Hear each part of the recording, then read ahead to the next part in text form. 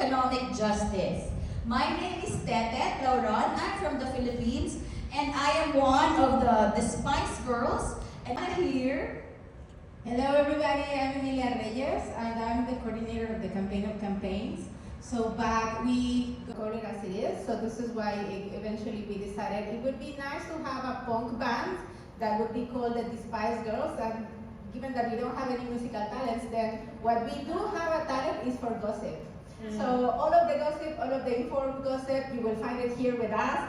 People will not tell you what we're telling you, and so it would be good that you follow us on Twitter, on our social media, because you will have it what is happening. Nice to be in the AWID forum for the first time after 8 years. We missed each other, we missed you a lot. Who's here for the first time in an AWID forum? Wow! Who was in Rio? Who was in Istanbul? Who was in Cape Town? Yay!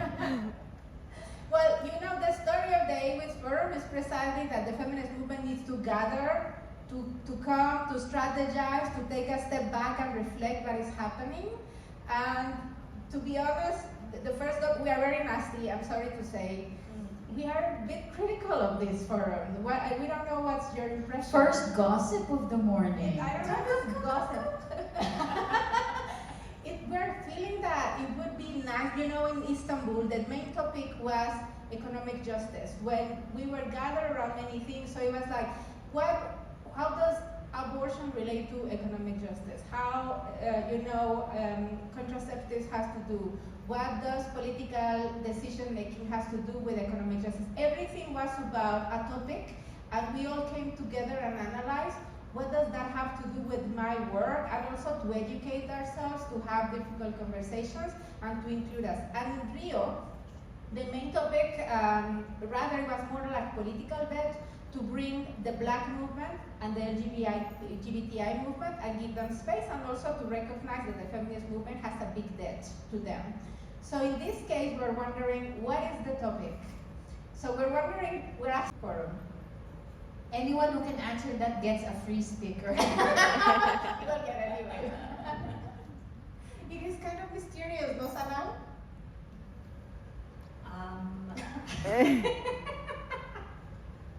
I mean, we have a lot of good keywords I'm sure people have seen around, even in the corners of logos. Rising together. Yes. What could that mean?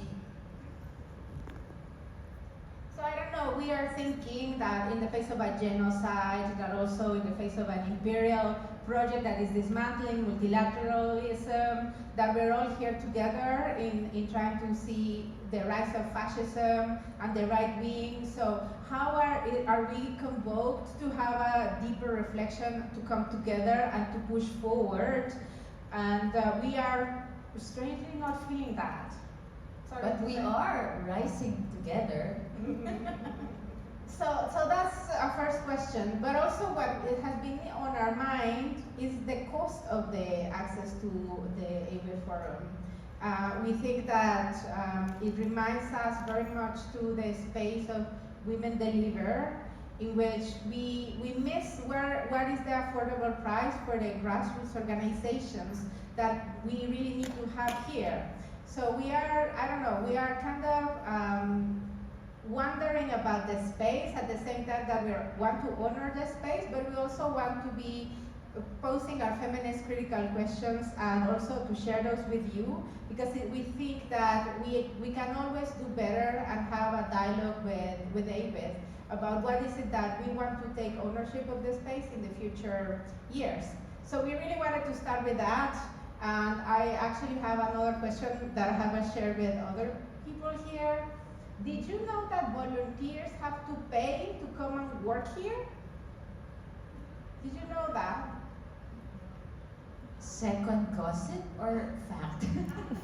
Yeah, it's kind of. It was on the list of options and under registration. Did anybody notice the fee for registering as a volunteer? So let me get it straight. Volunteer means you will come here and offer to work and support organizing, doing logistics and whatever. But I have to pay so that I can perform free work. Yeah. It's not free. And you know, this is the video precisely, like, is this love? Is this love? Is that at the core of the question of the feminist agenda, right? So I think we need to be very transparent and honest from our critical macroeconomic analysis and just also ask these questions.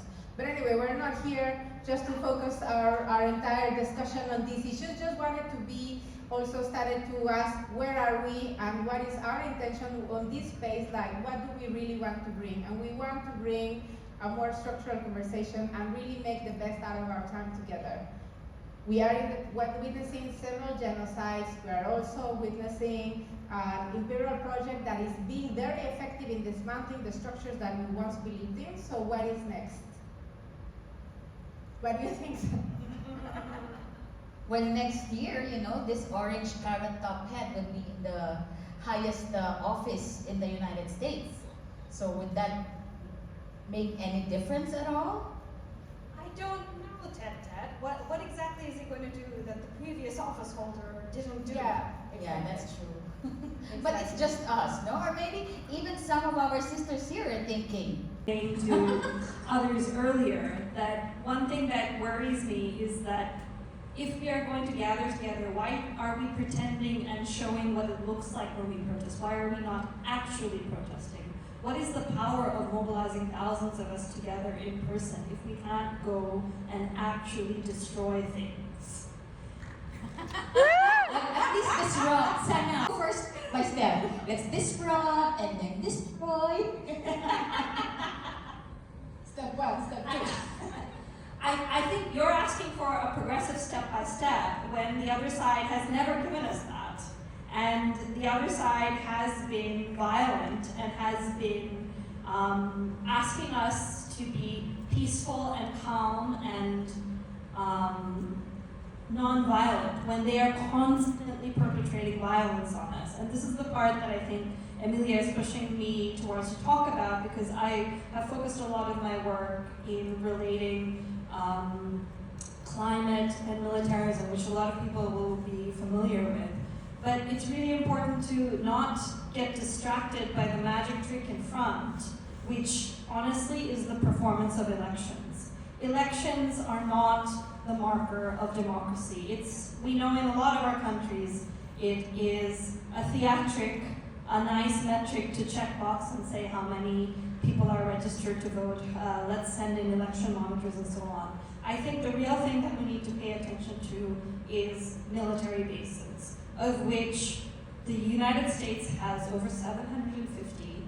Many of you are from places where those bases are. Those bases are sites of violence for women, particularly indigenous, migrant women and girls, trans folks as well. Those from the Philippines will remember the Jennifer Laude case, for example, where they closed ranks around this Marine who killed Jennifer Laude. And there are hundreds of cases like that, but it is also about contamination. And while the US continues to hold on to territories and spaces, we are actually seeing an escalation of militarization that I think we're not attending to enough. Iran tried to request to build a new military base in the Red Sea. Russia is building another military base in the Arctic. And this escalation means a lot for us, for our lands, for our territories, for our waters. It happens side by side while corporations, particularly tech companies, are also taking up land and water for their server farms, for their databases, and so on.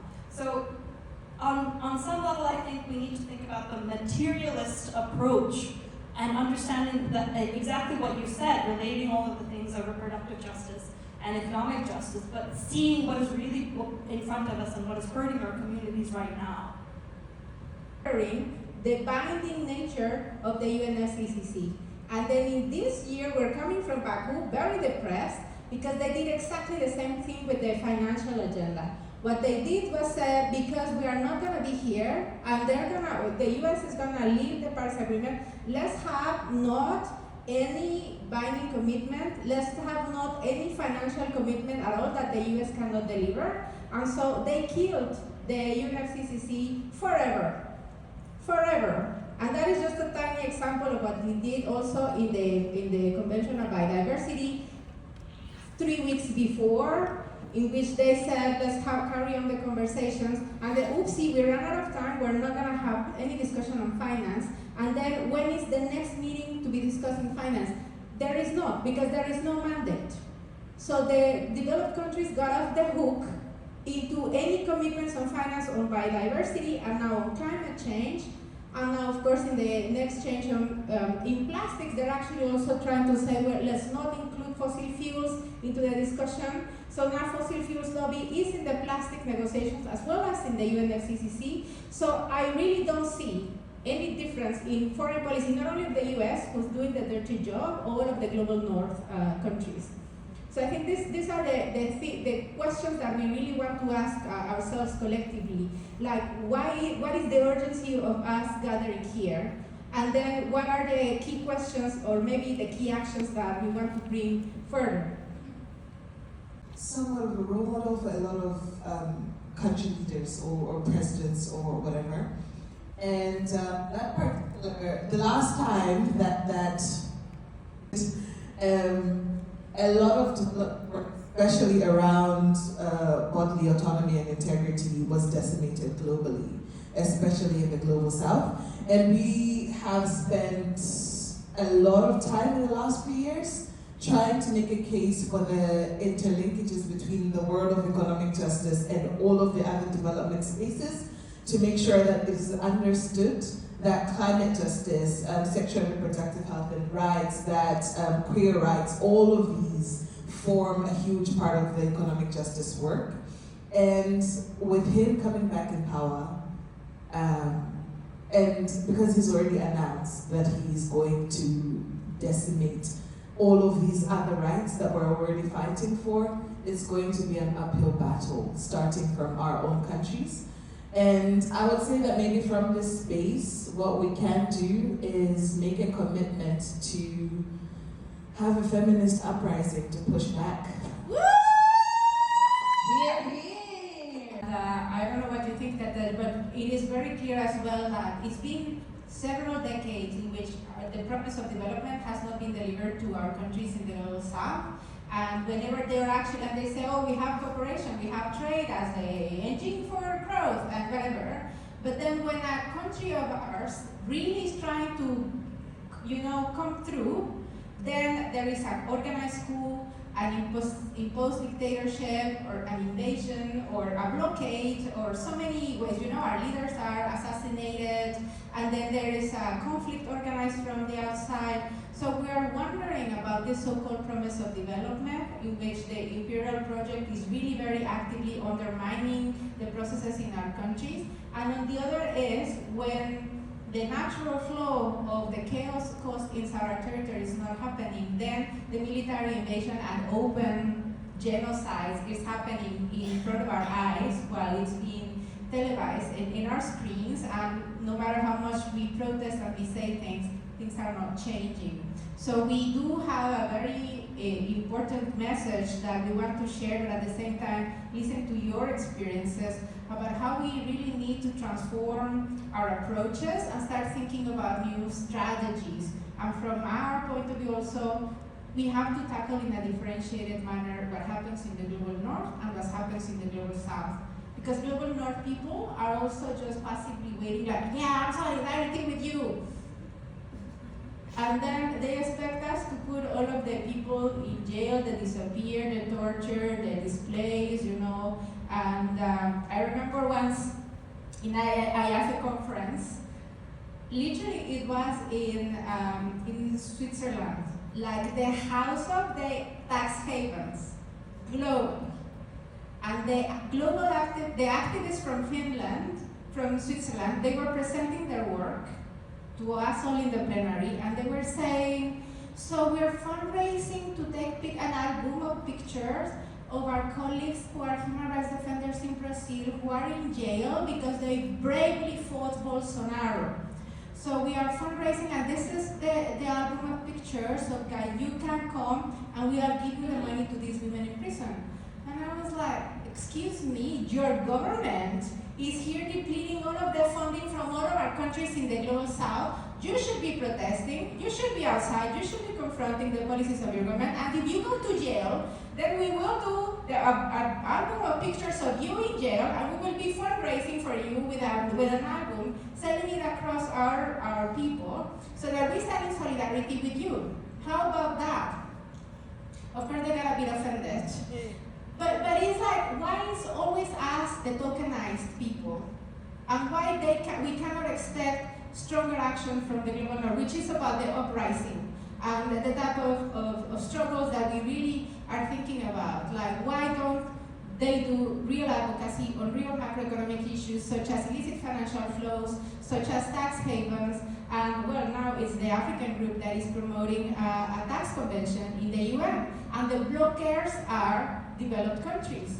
And so it is expected of us, Global South activists, to push on every item of the agenda, because the white colleagues are like, well, I cannot, well, you know, but I'm giving you money to bring you people to the meetings, you know. So we really want to contest those internal dynamics as well. Now that you mentioned, I just came from the climate conference with Emilia in Azerbaijan. No? As we all know, Azerbaijan also has a very dismal human rights record. A lot of repression and suppression of critical voices. So when we were in Azerbaijan, it was actually the United Nations Secretariat itself who was limiting what we can do and what we can say. Can you imagine? It was supposed to be a UN space where we can freely voice out our criticism, our demands, but it's the UN staff themselves who say, okay, you're only allowed to protest in this area, but only 40 people. So out of the 70,000 people who came for the climate conference, we were only allowed to make noise in a certain area with only 40 people. But that's not the only thing that's reprehensible. We organized this global day of action because we know we were calling out the rich governments from the global north about their inaction, failing to really reduce their production and emissions of, from the fossil fuel industry. But they also don't want to pay up. So we said we have to do a lot of actions globally so that our campaigns, our demands can really come loudly. So we tried to organize a global day of action, but then what does the United Nations Secretariat? No, it's not even the Azerbaijani government who was repressing us. It was the UN itself who was silencing our voices. So we were allowed in a plenary room like this. But they had to check all the banners, they had to listen to all our chants and approve it. And we were not allowed to walk outside the plenary hall and make noises in the halls where the government leaders can hear us and should hear us. So we were made to do this really pathetic action where we were, what do we want? Climate justice, when do you want it now? But we were not allowed to say that, but we were allowed to hum. So we were like,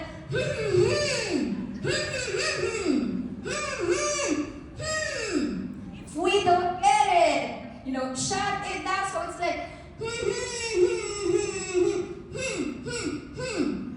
it's like, this is the UN, supposedly a multilateral space for discussion, debate, and cooperation that was actively silencing critical voices on an issue that is affecting, not just the entire world, but particularly communities, our people from the global south.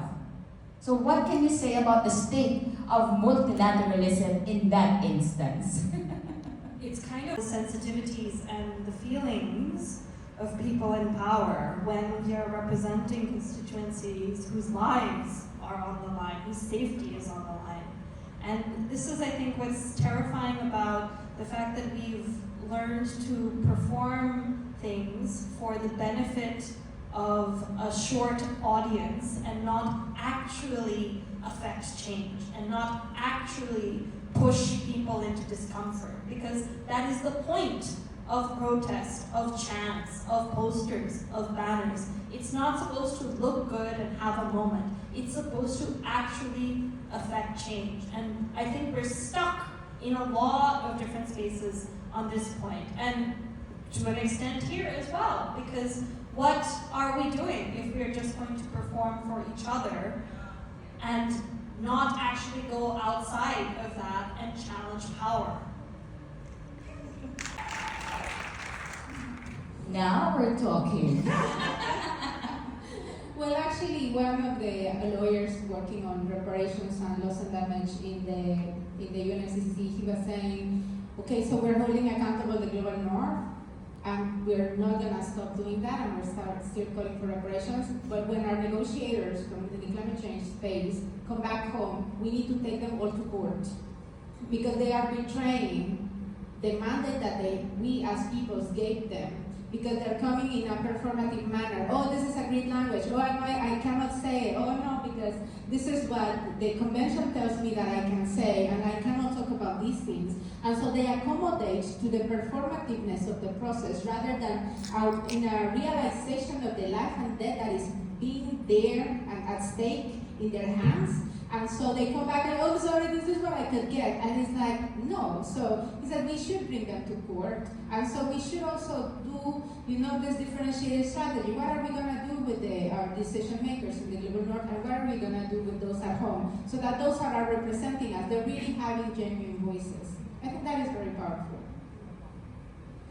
Well, I've always struggled with that. When you're in the UN spaces, the tendency for us is to, stand with developing countries against the bigger bullies, which is the global north. But we do know that when we come back home in our own countries, in our own communities, these very same governments that we are standing up with in the UN spaces are also the one that's silencing us, disappearing us, killing our people. So it's like, for me, I know the bigger picture, but there's that conflict deep inside you. Do I really support this repressive fascist government against the bigger bullies? And I think this is also a space in which we share our collective realities and our commonalities, and we start to drafting this strategies to hold together. So I suggest that we pause here and then we come back. Conflict, instead of investing in healthcare, which we know is about our survival. Sorry, I know that Ranja wanted to add to the And how they are actually leading the solutions that against this industrial project that is undermining life in the planet. The third video is precisely on against privatization and talking about the ickiness of the things, and rather take us back as well to the point that Sanam was making. Because when we're trying, let's make gender responsive budgeting, and let's make the polluters pay, and let's, we have all of this idea, debt cancellation, and then the military way, they're doing these blockades that are threatening the life in every day for months and years, and it seems like we are unable to deal with that, and we call that, conflict, peace, and security agenda, and that's not my agenda. My agenda is economic justice, or my agenda is SRHR. And so when countries in the global south are talking against unilateral coercive measures, which is exactly this, sanctions, blockades, we're saying, oh no, they're making noise, they're blocking the agreement, why are these crazy people, they're violent, they're manipulated by Russia. No, they're talking about the survival of our sovereignty, our autonomy, our self-sufficiency, and we as movement, we're not paying attention of the bigger fights that are also the blockade of the G77 and global south countries are fighting, and we call that, those are for the resolution. What is the resolution on women and security? And it's like, that's the only thing I care. Having women in decision making for the peace agreement. What about stopping the blockades? What about really addressing the issue of militarism? But not militarism in abstract, Imperialism, how are we going to bring, because we have been saying as the Despise Girls, to be honest, we think that we have betrayed our movements. Because our movements in the ground, back home in all of our territories, they say that one of the main culprits of our situation is imperialism. But when we come in the NGO space, we talk, oh, sustainable development, and you know, the project, and we know the indicators, and we use all of our jargon that was also imposed on us in the INGO world, the NGO world, the Sustainable Development Framework, and everybody's ashamed to talk about imperialism in those spaces because you're too ideologized. So we're not dealing with the real issues and how everything is interconnected. The same way as you were saying, these situations of conflict were imposed externally because they want to extract lithium or gold, you know, the new frontier of critical minerals. That's why we have conflicts in our territories. And we're not making the connection. And that's for someone else to deal with. That's another expertise field. Mine is, you know, so we need to really come together, make the connections, be more radical, be more strong, and own that we have betrayed our movements. And how are we gonna come together? For us, these are reflections that we think we can only have in a safe space like AWID. We need to come together, take ownership, and then say, how are we gonna fix that and mend that? And how are we gonna go back to popular education and learn from them, not ask, oh, I'm gonna give you the workshop on popular education.